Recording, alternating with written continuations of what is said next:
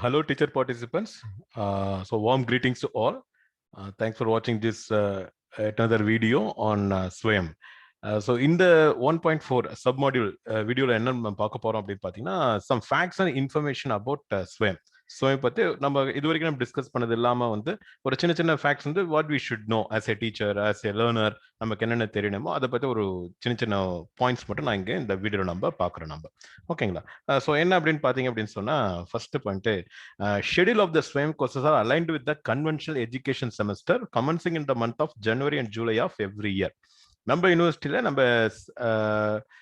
நம்ம வந்து கோர்சஸ் இது மாதிரி ஆஃபர் பண்ண செமஸ்டர் பேட்டர்ன்ல வச்சிருக்கோம் இல்லைங்களா. ஸோ அந்த செமஸ்டர் பேட்டர்ன்ல அலைன் பண்ணி தான் அவங்க என்ன பண்றாங்கன்னா கோர்சஸும் வந்து அவங்க அப்படியே ஆஃபர் பண்றாங்க, ரைட். ஸோ மேக்ஸிமம் பார்த்தீங்கன்னா ஒரு 3 monthsக்குள்ள ஒரு கோர்ஸ் முடிக்கிற மாதிரி, ஆனால் அந்தந்த செமஸ்டர்ல ஆரம்பிச்சு அந்தந்த செமஸ்டர் கரெக்டாக முடிக்கிற மாதிரி. ஸோ நம்மளோட கன்வென்ஷன் என்ன நம்ம செமஸ்டர் பேட்டர்ன் வச்சிருக்கிறோமோ, செமஸ்டர் டியூரேஷன் பீரியட் வச்சிருக்கிறோமோ அதுக்குள்ளவே முடிக்கிற மாதிரி வந்து அந்த ஸ்வயம் கோர்சஸ் வந்து பீயிங் ஆஃபர்ட். ரெண்டாவது பார்த்தீங்கன்னா, the SWAYAM based online credit courses shall be developed, delivered and assessed only by the course coordinator. Course coordinator தான் முழுசும் அது வந்து பொறுப்பு அவருக்கு. ஓகே, அந்த faculty who is developing the courses, அவர் கோர்ஸ் டெவலப் பண்றாரு. நாட் ஓன்லி தட், அவர் வந்து டெலிவரி பிரசன்டேஷன் எல்லாம் பண்ணி கொடுத்துட்டு அண்ட் அசஸ் பண்ணி உங்களுக்கு வந்து கம்ப்யூட்டர் சர்டிஃபிகேட் கொடுக்குற வரைக்கும், சர்டிஃபிகேட் இந்த கிரெடிட் ட்ரான்ஸ்ஃபரா இருக்கட்டும், சர்டிஃபிகேட் வந்து சேர்றதா இருக்கட்டும், இது எல்லாமே அந்த course coordinator he has to take care of it. Okay, அந்த எவாலுவேஷன் வரைக்கும் வந்து he has to go for it. ஓகேங்களா. அடுத்து பாத்தீங்க அப்படின்னு சொன்னா the list of SWAYAM courses shall be notified on the SWAYAM platform before the 1st November for the January semester and before the 1st June for the July semester every year. ஓகேங்களா. So வருஷம் நம்ம semester ஆரம்பிக்கிறது December ஜனவரி நம்ம ஆரம்பிக்கிறோம் அப்படின்னு சொன்னா ஒரு மந்த்துக்கு முன்னாடியே அந்த நவம்பர்ல பாத்தீங்கன்னா இந்த கோர்ஸோட லிஸ்ட் வந்து அனுப்பிடுவாங்க.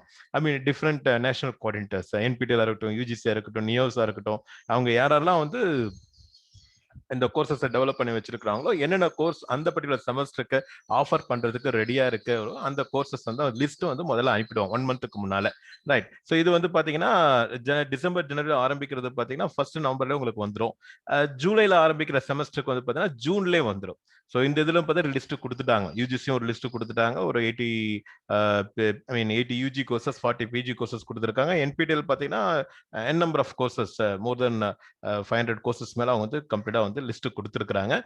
With from where we could able to choose, அதுல நம்ம செலக்ட் பண்ணி நம்ம என்ரோல் பண்ணிக்கலாம்.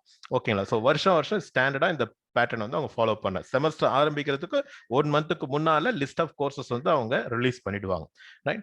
அடுத்து higher education institutions get 1 month time to select suitable courses and enrol their students. இது எதுக்காகனா அந்த செமஸ்டர் ஆரம்பிக்கிறதுக்கு முன்னால அந்த 1 month அவங்களுக்கு டைம் இருக்கணும் அப்படின்ற லாஜிக்ல வந்து இந்த லிஸ்ட் ஆஃப் கோர்சஸ் 1 monthக்கு முன்னால அவங்க கொடுத்துட்றாங்க. This is another fact. Okay, அடுத்த இன்ஃபர்மேஷன் என்ன அப்படின்னு பார்த்தீங்கன்னா, the higher education institution may allow only up to 40% of the total courses being offered in a particular program in a particular semester. ஒரு செமஸ்டர்ல எத்தனை subjects நம்ம ஆஃபர் பண்றோமோ அதுல நம்ம மேக்ஸிமம் வந்து 40% ஆஃப் சப்ஜெக்ட்ஸ் வந்து நம்ம என்ன பண்ணலாம், ஆன்லைன் இந்த ஸ்வயம் கோர்ஸ் மூலமா ஒரு கிரெடிட் டிரான்ஸ்ஃபருக்கு யூஸ் பண்ணிக்கலாம். ஏன்னா ஒவ்வொரு செமஸ்டர்லயுமே ஒரு குறிப்பிட்ட நம்பர் ஆஃப் சப்ஜெக்ட்ஸ் வந்து ஸ்டூடெண்ட்ஸ் படிச்சாங்கன்னா தான் அவங்களுக்கு இவ்வளவு கிரெடிட் கொடுக்குறோம், இத்தனை கிரெடிட் அவங்கள வாங்க முடியும்னு சொல்றோம் இல்லைங்களா.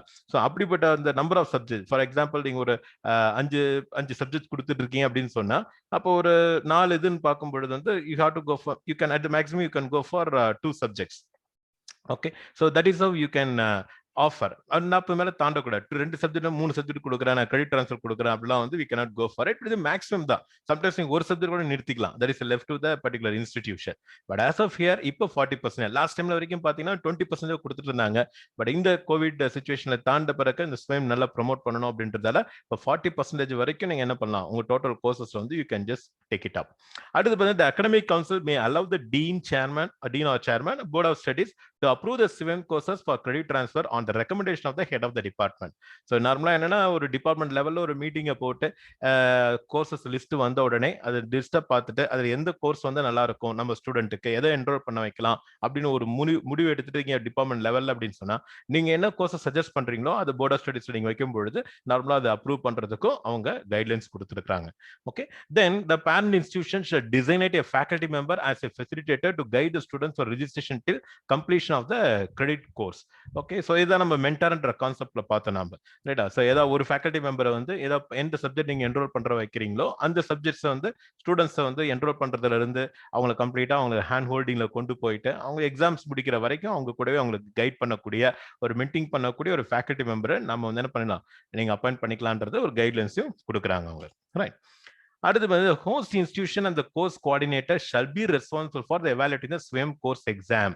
ஓகே, ஸோ டெஸ்ட் எக்ஸாம் நடத்துறது என்டிஏ நேஷனல் டெஸ்டிங் ஏஜென்சி நடத்தினா கூட, பட் அந்த என்ன எக்ஸாம்ஸ் நீங்க எழுதி முடிச்சிருக்கீங்களோ அதை வந்து எவாலுவேட் பண்ணி உங்க அசைன்மெண்ட்ல இருந்து உங்க மார்க்ஸ் ஸ்கோர் இதெல்லாம் ஃபைனல் பண்ணி எவாலுவேட் பண்றது யாருன்னு பாத்தீங்கன்னா அந்த host institution. That is the institution where the course coordinator, அதாவது கோர்ஸை டெவலப் பண்ண அந்த ஃபேக்கல்ட்டி எந்த இன்ஸ்டிடியூஷன் இருக்காரோ அந்த இன்ஸ்டிடியூஷனும் அந்த கோர்ஸ் கோஆர்டினேட்டர் தான் முழு பொறுப்பு அப்படின்றது வந்து ஜஸ்ட் கைட்லைன்ஸா கொடுத்திருக்காங்க. And the final evaluation criteria is announced at the start of the course itself. ஒரு கோர்ஸ் நீங்க ஸ்டார்ட் பண்றதுக்கு முன்னாலே வந்து என்ன பண்ணணும், you have to clearly state என்னென்ன கிரைட்டீரியாவில் என்னென்ன காம்பனன்ட்ல நம்ம அந்த கோர்ஸை முடிக்கிறவங்களான்னு அசஸ் பண்ண போறேன். ஓகே, எக்ஸாம் ரிட்டன் எக்ஸாம்க்கு எவ்வளவு பண்ண போறேன், அசைன்மெண்ட்ஸ்க்கு எவ்வளவு பண்ண போறேன், டிஸ்கஷன் போறதுக்கு எவ்வளவு பண்ண போறேன். It is all left to the course coordinator. அந்த கோர்ஸ் கோஆர்டினேட்டர் என்ன பண்ணலாம் வந்து, இல்ல நான் வெறும் எக்ஸாம் மட்டும் கண்டக்ட் பண்ணி 100% I'm not giving too much weightage for the assignments அப்படின்னு சொன்னா அப்ப 100% பார்த்தீங்கன்னா எக்ஸாம்ஸ் ஓரியன்டட் தான் அப்படி இருக்கும். இல்ல சில பேர் என்ன பண்ணா, இல்ல நான் 70% போறேன், 30% right, 70% exams evaluation mark criteria use பண்ணிக்கிறேன், 30 வந்து அசைன்மெண்ட்ஸ் அவங்க சப்மிட் பண்றாங்க இல்லையா அதுக்கு நான் போறேன். நார்மலா இந்த 70-30 பிராக்டிஸ் தான் போயிட்டு இருக்குன்னு வச்சுக்கோங்களேன். ஸோ அப்படி கூட அவர் செலக்ட் பண்ணிக்கலாம். இல்ல சில பேர் என்ன சொல்லலாம், இல்ல நான் 70% எக்ஸாம்ஸ் வச்சிருக்கேன், 20 வந்து அசைன்மெண்ட் வச்சிருக்கேன், 10 வந்து டிஸ்கஷன் பண்றதுக்கு. ரைட் ஆர் என்ன ஆக்டிவா டிஸ்கஸ் பண்ணணும், யாரெல்லாம் ரொம்ப ஆக்டிவா டிஸ்கஸ் பண்றாங்க, நிறைய கமெண்ட்ஸ் போடுறாங்க, ஒப்பீனியன் பிளேஸ் பண்றாங்க, அப்படி இன்ட்ராக்ஷன் பண்றாங்களோ அவங்கள நான் 10% கொடுக்குறேன் அப்படின்றது கூட he can go for it. Okay, so it is all left to the course coordinator, but all this criteria இந்த எல்லாமே என்ன பண்ணணும்னா ஸ்டார்டிங்ல என்ன பண்ணணும், they have to mention it. Okay, அது அடுத்த ஒரு இன்ஃபர்மேஷன். அடுத்து online semester and examination shall be the preferred mode. Okay, so ஏற்கனவே சொன்ன மாதிரி அந்த ஒவ்வொரு செமஸ்டர் முடிவிலையும் இதுக்கான எக்ஸாம்ஸ் பார்த்தீங்க அப்படின்னு சொன்னா நார்மலா பார்த்தீங்கன்னா ஆன்லைன்ல தான் இந்த ப்ரிஃபர்டு மோட். தோ they are giving option for offline R online, இது ஒன்று நீங்க போகலாம், கோர்ஸ் கோஆர்டினேட்டர் செலக்ட் பண்ணிக்கலாம் அப்படின்னு சொல்லிட்டு கோர்ஸ் கோஆர்டினேட்டர் சொன்னா கூட, பட் எல்லா கோர்ஸ் கோஆர்டினேட்டருமே they're expected to choose the online mode only as of now, because மாசா ஒரு ஸ்டூடெண்ட் வந்து ஸ்டூடெண்ட்ஸ் என்ரோல் பண்ணிருக்காங்க அப்படின்னு சொன்னா அப்போ அவங்களுக்கு ஆஃப்லைன் எக்ஸாம் கண்டக்ட் பண்றதுன்றது it is very very delicious job. ஒரு யூனிவர்சிட்டி பண்ற வேலையை ஒரு single faculty suppose to carry out, but practically it may not be possible. ஓகேங்களா? ஸோ ஈவன் இந்த study centre, I mean exam centre இதெல்லாம் பண்றது, அவங்களுக்கு இது அனுப்புறது, இது எல்லாமே பார்த்தீங்கன்னா ரொம்ப கியூம்பர்சன் இதுன்றதால ப்ராசஸ்ன்றதால ஆஸ் ஆஃப் நோ ஆன்லைன் மோடுன்றது தான் most preferred mode of conducting examination for the SWAYAM thing.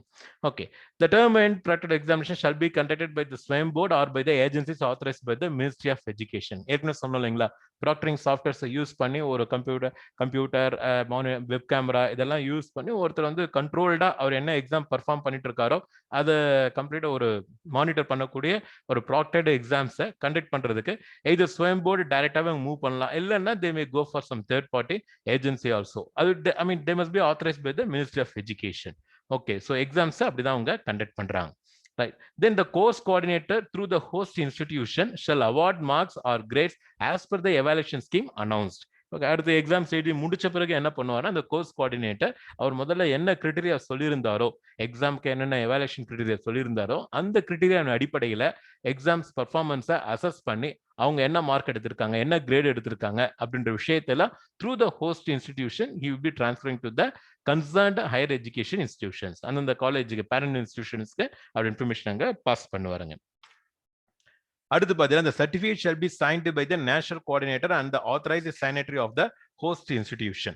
Okay, எந்த இன்ஸ்டிடியூஷன் ஹோஸ்ட் இன்ஸ்டிடியூஷன் வந்து யார் ஆத்தரைஸ்டு கம்பெனி அத்தாரிட்டி இருக்காங்களோ அவங்களும் பிளஸ் அந்த நேஷனல் கோஆர்டினேட்டர் சொன்னோம் இல்லையா, யார் அந்த ஜாபை கொடுக்குறாங்க, யார் அது ஃபார் எக்ஸாம்பிள் அந்த ஏஐசிடியா இருக்கலாம், என்பிடிஎல் இருக்கலாம், யூஜிசியா இருக்கலாம், இக்னோவா இருக்கலாம், ஓகே சார் நியோஸா இருக்கலாம், யார் வந்து இந்த கோர்ஸ் டெவலப் பண்ணுறதுக்கு அந்த நேஷனல் கோஆர்டினேட்டர் ஸ்டெப் எடுத்தாங்களோ ஸோ அவங்க அந்த பர்டிகுலர் கோர்ஸோடைய நேஷனல் கோஆர்டினேட்டர் சிக்னேச்சர் அண்ட் இந்த ஹோஸ்ட் இன்ஸ்டிடியூஷனுடைய ஆத்தரைஸ்டு சிக்னேட்டருடைய சிக்னேச்சர் ரெண்டுமே உங்களுக்கு வந்து பார்த்தீங்கன்னா வித் சீலோட உங்களுக்கு அந்த சர்டிஃபிகேட்ல வந்து உங்களுக்கு பிரசன்ட் ஆயிருக்குங்க. And the parent institution shall incorporate the marks or grades obtained by the students in the mark sheet that accounts for final award of the degree. Okay. So parent institution நம்ம college மத்தது என்ன பண்ணோம், university we have to take the step to incorporate. அவர் என்ன அந்த credit வாங்கினாரோ, என்ன credit வந்து பர்டிகுலர் ஸ்டூடெண்ட் வந்து கெயின் பண்ணாரோ, so after obtaining from the host institution அவங்க அங்கிருந்து அந்த கிரேட் அண்ட் மார்க்ஸ் இதெல்லாம் அனுப்பின பிறகு என்ன மாதிரி கிரெடிட்ஸ் இந்த கிரெடிட் வாங்கி அனுப்பின பிறகு அதை நம்ம என்ன பண்ணோம், இங்க நம்ம சர்டிஃபிகேட்ல வந்து we have to mention, we have to give it to the students. ஓகேங்களா? So this are some basic informations. ஒரு நம்ம ஸ்வயம் கோர்சஸ்ல உள்ளுக்குள்ள அந்த ப்ராசஸ் போகும்போது என்னென்ன நம்ம பேசிக்கா தெரிஞ்சுக்கணுமோ இந்த பேசிக் இன்ஃபர்மேஷன்ஸ். இப்போ அடுத்த வீடியோ நம்ம என்ன பார்க்க போறோம் அப்படின்னு சொன்னா, யூஜிசியோட இந்த கிரெடிட் ஃப்ரேம்வொர்க் கைட்லைன்ஸ், ஒரு ஸ்டெப் பை ஸ்டெப் ப்ரொசீஜர். ஒரு ஆர்கனைசேஷன், ஹையர் எஜுகேஷன்ல இல்ல ஒரு காலேஜ்ல இல்ல யூனிவர்சிட்டி டிபார்ட்மெண்ட்ல we are supposed to implement this same initiative அப்படின்னு சொன்னா what we are supposed to doன்ற மாதிரி யூஜிசியே ஒரு கிரெடிட் ஃப்ரேம்வொர்க் கைட்லைன்ஸ் கொடுத்துருக்காங்க. ஓகே, ஸோ அந்த கைட்லைன்ஸை பத்தி நம்ம அடுத்த வீடியோல வந்து we can just discuss it. Okay, so thank you very much. Thanks for watching this video. We'll see you in the next video. Thank you.